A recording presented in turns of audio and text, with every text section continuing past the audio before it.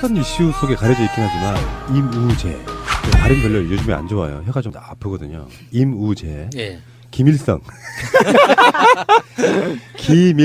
비밀과 비슷한 뜻의 김일성을 발음을 빨리 했더니 그냥 김일성이 되더라고. 어쨌건 이무재 씨가 이건희의 사위였잖아요. 네. 이부진의 남편. 이제 이 사람들이 이혼 소송을 하는데 갑자기 재판부를 바꿔달라고 해. 이유가 뭔가 봤더니 전 정말 충격이었어요. 장충기 문자가 관련이 있더라. 예. 장충기 문자 보낸 판사 중에 한 명이 이혼 담당하는 판사야. 어디가 어쩔? 이건 충분히 재척 사유가 되죠. 그렇죠. 네. 감사 인사 문자가 뭐였냐면요. 제목부터가 그냥 감사 인사예요. 모자라고 부족한 제가 언감생심 대법관 예비 후보라 라인 앞에 잠시 서 있다가 선택을 받지 못했습니다. 세상사 다시 절 인연이라는 것이 있는 듯합니다. 이는 모두 저의 부족함과 부독의 소치입니다. 남은 임기 동안 그 전과 똑같은 마음으로 사랑과 정성을 기초로 솔선수범, 선공호사, 감성소통의 리더십을 지속해 나가겠습니다. 그동안 뜨거운 성원에 고개 숙여 감사드립니다. 연애 편지냐 씨발. 야, 근데 잠깐 감동의 쓰나미가 몰려오네. 이게 웃음이 나오냐 진짜.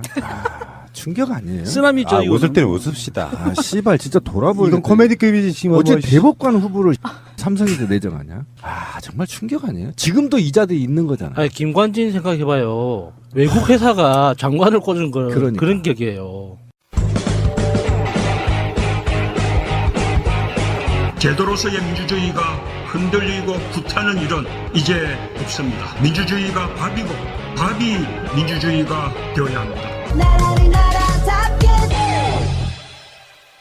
근데 뭐 삼성에만 이랬던 게 아니라 이전에 그러니까 판례들을 보면은 부장판사였던 2011년에 4대강 사업 위헌 심판을 국민소송단 6,000명이 4대강 살리기 사업을 취소하라면서 정부를 상대로 제기한 소송에서 이 사업이 정부의 재량권을 넘어서 위법하다고 볼 수 없다라고 판단을 했던 사람이기도 하고요. 그리고 2009년 촛불 집회 재판 개입일 논란을 빚었던 신영철 전 대법관에 대한 옹호글을 법원 내부 통신망에 올린 직원한테 이 강민구 판사가 직접 이렇게 씁니다.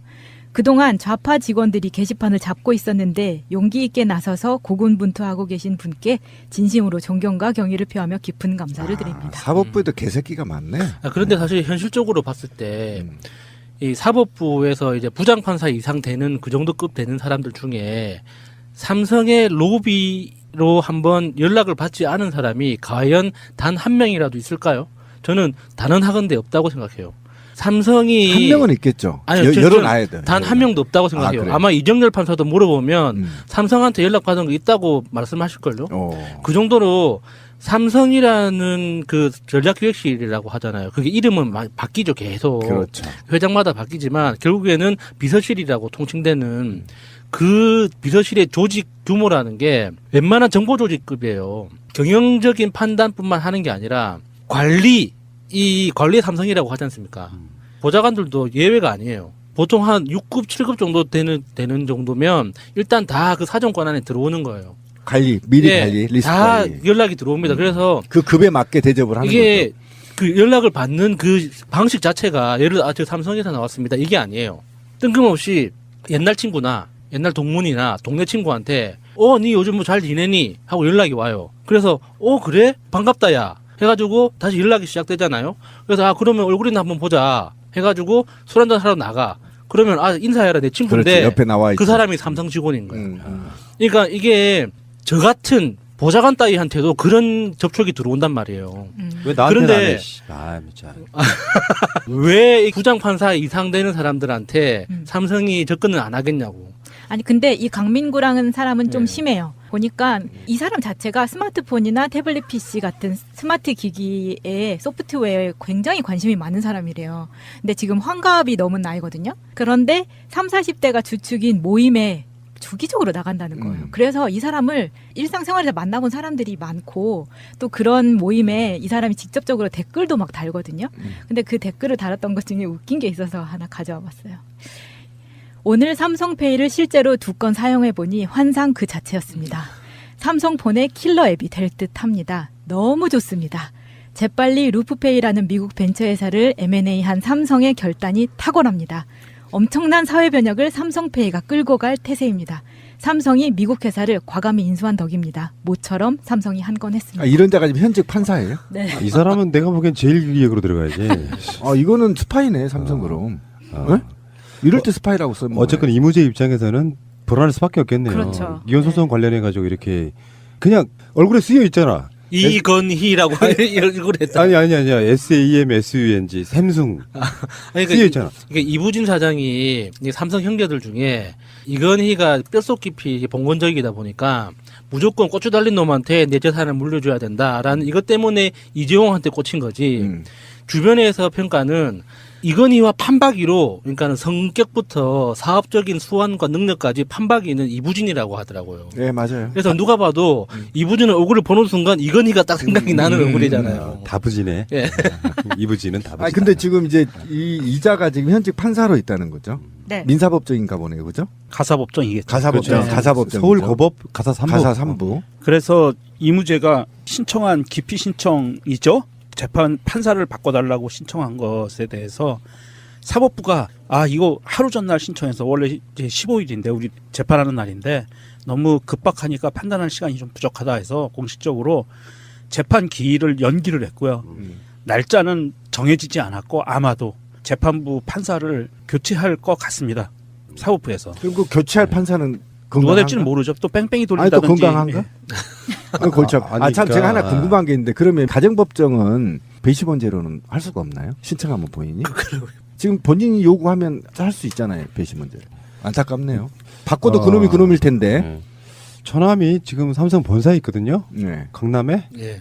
아침에 수원에서 올라와요. 거의 한 6시 예. 정도에 누구 처남이요? 내 직접 전화. 그럼 지금 우리 새날도 지금 삼성 아니, 내말 들어봐요. 연결돼 있나요? 그래서 사이가 별로 안 좋아요. 내가 삼성 대표적인 까 아닙니까? 근데 처남은 나에 대한 가치가 없나 봐요. 왜 이렇게 친구 소개 안 시켜주죠? 그러면 요직이 아닌가 보죠. 그 전화한 분이. 어떤 특정 분야의 기술 개발하는. 아니 잠깐만 이건 심각한 문제인데 결국은 삼성 가족이네. 삼성 가족의 가족이니까 가족이죠. 됐거든요. 이게 새날 근데 충격이다. 그 인간이 인간성이 별로야. 네. 그래서 가족들이 다 안 좋아해. 건이 닮았구나. 이 시간에는요 삼성에 대해서 얘기할게요. 이게 최근에 어마어마한 뉴스 2개가 터졌는데 하나는 MBC 스트레이트라고 하는 프로그램에서 삼성의 장충기 당시 미래전략실 사장한테 언론인들이 막 문자를 보내요. 요걸 다 폭로를 했어요. 결국에는 언론인들과 삼성과의 유착 관계를 보여주는 정말 상상도 할 수 없는 문자들이 여러 가지가 있는데 이거를 MBC가 보도하니까 끝 다른 언론들이 안 받아줍니다. 아무도 안 네. 봤죠. 두 번째는 뉴스타파가 보도한 게 있어요. YTN 간부가 이건희 동영상을 삼성에 제보해 버려요. 그걸 보도하는 게 아니고 어떤 딜에 의해서 삼성에게 넘겨주는. 중간에서 이 방송사 간부가 입에 담기도 힘든데 중간에서 어떻게 보면 이게 포주 노릇한 거예요. 그렇죠. 예, 그러니까 둘이 협의보라고 돈으로 협의보라고 포주 노릇한 거거든요. 기자 수칙도 위반했고요. 취재원이 이제 요구를 했단 말이죠. 그런데 그거를 알 권리를 책임하에서 보도를 했어야 됨에도 불구하고 즉시 삼성 측에 연락을 해서 취재원 또는 제공자를 신상을 줘서 협의 보게 하는 이번에 그 이 보도 스트레이트 보도 이후에 한겨레만 보도한 것을 보더라도 이것이 바로 이제 말로만 듣던 한간에 떠돌던 삼성공학이라는 것이 증명이 돼버린 거죠. 2015년에 네. 연합뉴스 편집국장 직무대행이 장충기에게 보낸 문자 한번 보겠습니다. 제가 어떤 분을 돕고 있나 알고 싶고 인사하고 싶었을 뿐입니다. 작년 보도 때 있었던 거잖아요. 문화일보 광고국장이 그렇죠. 예. 했던 말은 더 재밌어요. 문화일보 그동안 삼성의 눈으로 세상을 보아왔습니다. 저희는 혈맹입니다. 혈맹. 아니 언론사에 있다는 놈들이 이런 식이야. 문화일보 그동안 삼성의 눈으로 세상을 보아왔습니다. 이거 광고 카피인데? 네, 완전 카피입니다. 혈맹이라 미국과 대한민국 관계를 말하는 거냐 이거 지금? 충격적이네요. 이게 지금 대한민국의 언론에 만연해 있는 침묵의 카르텔이라는 단어가 떠올라요. 이 침묵의 카르텔이라는 것은 자기들 조직에 피해가 될 수 있는 것에 대해서는 침묵하자라는 그런 암묵적인 약속이거든요. 언론사는 첫째, 지금 스트레이트의 방송에 나온 거에 대해서는 한겨레만 취급해주고 전 언론사가 입을 다물었습니다. 단 한 것이 더 있죠. 입연고시 JTBC. 그 자막에 배경화면에 JTBC 로고가 나온다고 기분 나쁘다라고 반응을 나왔어요. 방송에서 공식적으로. 그 두 건 외에는 아무런 반응이 없고요. 하나만 더요. 안희정 보도를 봅시다. JTBC가 나름 특종한 거잖아요. 특종한 거죠. 모든 언론이 받아 쓰잖아요. 네. 근데 이 건을 안 받아 쓰냐고. 그게 침묵의 카르텔인 거죠. 자기들이 이게 반하는 거죠. 그러니까 안희정은 결국은- 광고를 주지 않지. 그렇지. 그렇지. 이게 결국은 삼성 왕정이라는 게 이제 판명이 된 거고 지금도 장충기 역할을 하는 누군가가 있다는 있죠. 이야기잖아요. 있죠. 지금도 컨트롤되고 있다는 거죠. 그리고 앞으로도 상당히 개선될 기미가 보이지 않는 거죠. 왜 그 SBS의 김어준 블랙하우스 보면은 삼성 광고가 그 방송으로 인해서 빠졌다 이런 이야기도 있잖아요. 네. 그래서 SBS의 광고 수익이 엄청 줄었다는 이야기도 있고. JTBC도 16배 줄고. 그러니까 이런 보도가 들어간 대신에 6일자 조선일보에는 삼성 LG전자 인공지능 TV 신제품 경쟁. 다음에 6일자 국민일보는 삼성카드 서비스 키즈 검검 독 IF 디자인 어워드 수상. 독일에서 상 받았다는 거고요. 삼성이. 동아일보 6일자는 갤럭시 S9 체험 인파 몰려 이런 거고. 세계일보 6일자는 갤럭시 S9 체험객 160만 명 넘었다. 이건 맛이. 비상이네 얘네. 왕정이죠, 뭐 이 정도면. 이 굉장히 심한 상황이고요. 지금 이게 어느 정도 띄워주는 거냐면 이 잠깐만 비판할게요. 특히 조선일보 하나만 좀 비판하겠습니다. 삼성 LG전자 인공지능 TV 신제품 경쟁이라고 하는데요. 이미 전 세계에서 팔리는 TV, 우리 얇은 액정 LED TV에서요. 시장이 역전돼 가지고 삼성이 추락하고 있고 LG가 선두로 올라섰어요. 이미 지난 겨울부터. 그런데도 불구하고 얘네들은 그냥 경쟁인 거예요. 삼성이 떨어졌는데 경쟁, 아니면 비슷하면 독보적인 뭐 시장 장악 이렇게 나오는 거고요. 지금 가장 큰 문제가 어떻게 개선해 나갈 거냐는 거잖아요. 그러니까 삼성이 무엇을 하든 돈줄을 쥐고 있다라는 거잖아요. 지금 광고에 돈줄을 쥐고 있고 이 돈줄을 어떻게 차단하느냐 이게 지금 관건 아닙니까? 그죠? 그동안에 우리가 삼성에서 놀아났고 국민연금을 5천억을 날려도 누구 하나도 기사 써준 데가 없는, 그리고 삼성이 세계 제1류 기업이었다고 하는 이건희가 성매매를 집에서 해도 다뤄주지 않는 대한민국 언론들. 그러니까 이런 거 전반적으로 문제는 돈이잖아요. 돈. 그죠? 돈에 노예되어 있는 우리 언론들. 또는 반대로 말하면 삼성이 없으면 우리나라 언론이 망한다는 거죠. 그죠? 자기들이 생각하기에 예, 네. 생각하기에. 그러면 이제 우리 국민들이 해야 할 일이 있는 거죠. 망하게 만들어줘야죠. 예, 삼성을 망하게 만들면 됩니다. 제가 분명히 말하지만 삼성 폰을 쓰신 분들은 이 행위를 지지하는 거예요. 삼성 왕국을 지지하는 거고요. 이재용을 떠받드는 겁니다. 삼성의 힘이 작용했다고밖에 볼 수 없는 게 그걸 보도한 내용 보도 자체를 똑같은 방식으로 힘으로 누르고 있다는 게 흔히 말해서 어비진 기사라고 JTBC가 뭐 MBC가 뉴스타파가 이렇게 보도했다라고 보도하잖아요. 그거를 조선일보 같은 신문에는 오프라인 신문에는 실지도 않는 건 그렇다 치더라도 온라인판에도 전혀 언급조차 안 한다는 건 물론 삼성의 광고를 의식해서 그들이 자발적으로 하는 걸 수도 있겠지만 이런 상황이 됐을 때 MBC가 한 번 터뜨리고 안희정 이슈가 계속 커지는 이유가 뭐예요? JTBC가 하나 터뜨리니까 기성의 주요 매체뿐만 아니라 굉장히 많은 수백 개의 매체들이 동시에 터뜨리는 거거든요. 그래서 나라를 뒤흔드는 이슈가 됐어.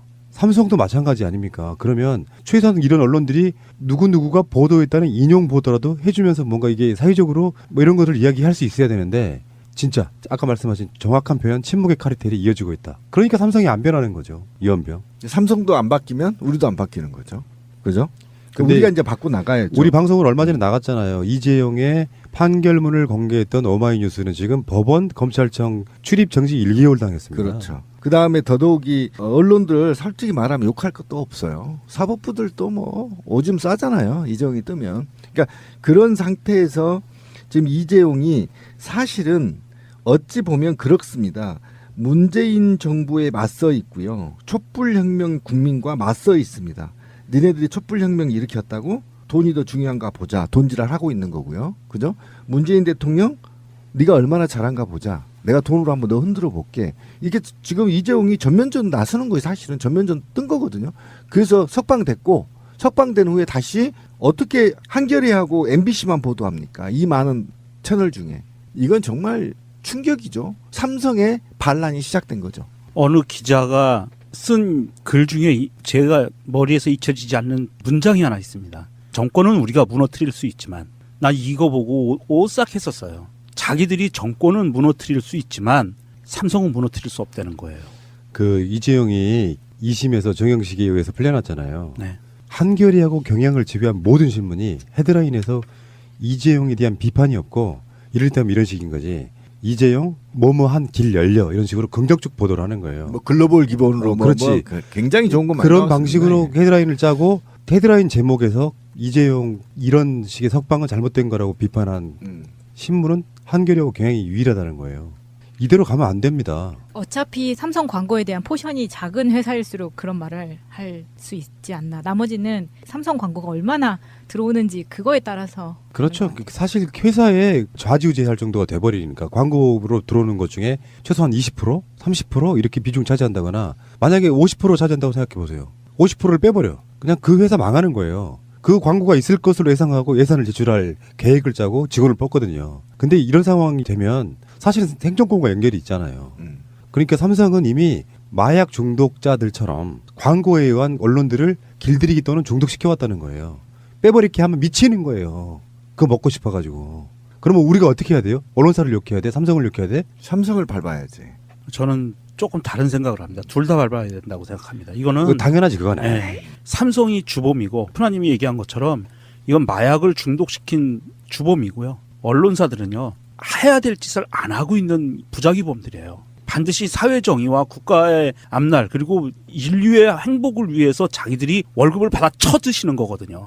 그런데 월급을 받아 쳐드시면서 그 월급이 오로지 삼성에게서만 나온다? 아니거든요. 최대 잡아서 50%밖에 안 돼요. 삼성으로부터 나오는 거는. 그러면 지들의 양심의 50%만 삼성한테 기울라는 거예요. 제 말은. 왜 양심의 100%를 삼성으로 기울어 놓고 인생을 사느냐. 이거는 범죄예요. 기자들이 범죄자입니다. 이건 기자들이 정말 기레기라고 욕먹는 것들이 본인들이 그거를 한탄을 해서도 안 돼요. 그냥 현실인 거예요. 자기들이 그런 짓을 하고 살았기 때문에. 이것에 대해서는 누구한테도 변명도 해서는 안 되고요. 스스로 형무소로 걸어 들어가야 돼요. 나는 죄를 지었습니다라고. 그게 미투예요. 언론사 미투. 큰 이슈 속에 가려져 있긴 하지만 임우재 발음 별로 요즘에 안 좋아요. 혀가 좀 아프거든요. 임우재, 예. 김일성, 비밀과 비슷한 뜻의 김일성을 발음을 빨리 했더니 그냥 김일성이 되더라고. 어쨌건 이무재 씨가 이건희의 사위였잖아요. 네. 이부진의 남편. 이제 이 사람들이 이혼 소송을 하는데 갑자기 재판부를 바꿔달라고 해. 이유가 뭔가 봤더니 전 정말 충격이었어요. 장충기 문자가 관련이 있더라. 예. 장충기에게 문자 보낸 판사 중에 한 명이 이혼 담당하는 판사야. 어디가 어쩔? 이건 충분히 재척 사유가 되죠. 그렇죠. 네. 감사 인사 문자가 뭐였냐면요. 제목부터가 그냥 감사 인사예요. 모자라고 부족한 제가 언감생심 대법관 예비 후보라 라인 앞에 잠시 서 있다가 선택을 받지 못했습니다. 세상사 다시 절 인연이라는 것이 있는 듯합니다. 이는 모두 저의 부족함과 부독의 소치입니다. 남은 임기 동안 그 전과 똑같은 마음으로 사랑과 정성을 기초로 솔선수범, 선공후사, 감성소통의 리더십을 지속해 나가겠습니다. 그동안 뜨거운 성원에 고개 숙여 감사드립니다. 연애 편지자 씨발. 야, 근데 잠깐 감동의 쓰나미가 몰려오네. 이게 웃음이 나오냐 진짜. 충격 아니에요? 쓰나미죠. 이거는. 웃을 때는 웃읍시다. 아, 씨발 진짜 돌아보니 이건 코미디급이지 지금. 어째 뭐, 대법관 후보를 삼성에서 내정하냐? 아 정말 충격 아니에요? 지금도 이자들이 있는 거잖아요. 아니 김관진 생각해봐요. 외국 회사가 장관을 꽂은 거 그러니까. 그런 격이에요. 제도로서의 민주주의가 흔들리고 구타는 일은 이제 없습니다. 민주주의가 밥이고 밥이 민주주의가 되어야 합니다. 근데 뭐 삼성에만 이랬던 게 아니라 이전에 그러니까 판례들을 보면은 부장판사였던 2011년에 4대강 사업 위헌 심판을 국민소송단 6,000명이 4대강 살리기 사업을 취소하라면서 정부를 상대로 제기한 소송에서 이 사업이 정부의 재량권을 넘어서 위법하다고 볼 수 없다라고 판단을 했던 사람이기도 하고요.